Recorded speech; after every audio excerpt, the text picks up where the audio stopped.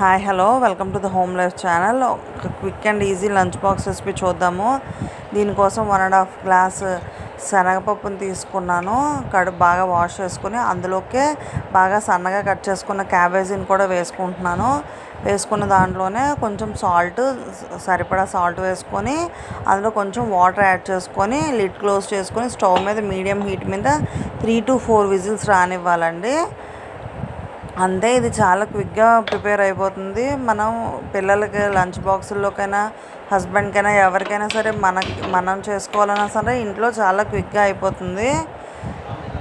అంతే అండి. ఇది వచ్చేలోపు పోపు చూద్దాము. దీనికోసం ఆవాలు, శనగపప్పు, మినప్పప్పు, జీలకర్ర, ఎండుమిరపకాయలు, కరివేపాకు బాగా కలర్ మారేదాకా బాగా ఫ్రై చేసుకోవాలండి.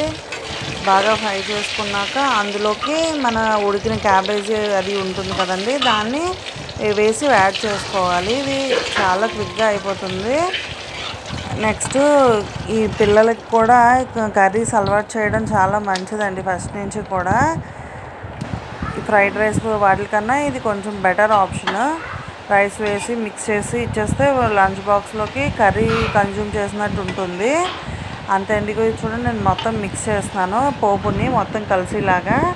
ఇందులోనే కొంచెం సాల్ట్, మనం బాయిల్ చేసినప్పుడు కొంచెం సాల్ట్ వేసాం కదండి, కొంచెం సాల్ట్ చూసుకొని అడ్జస్ట్ చేసుకొని మళ్ళీ కొంచెం సాల్ట్ వేసుకోవాలి.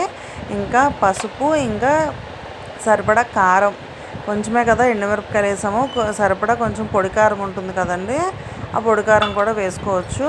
వేసుకొని అంతే అండి. కూర బాగా ఆల్రెడీ ఉడికిపోయింది. దానిలో కొంచెం వాటర్ అంతా ఎవాపరేట్ అయ్యేలాగా పొడిగా వస్తుంది కర్రీ.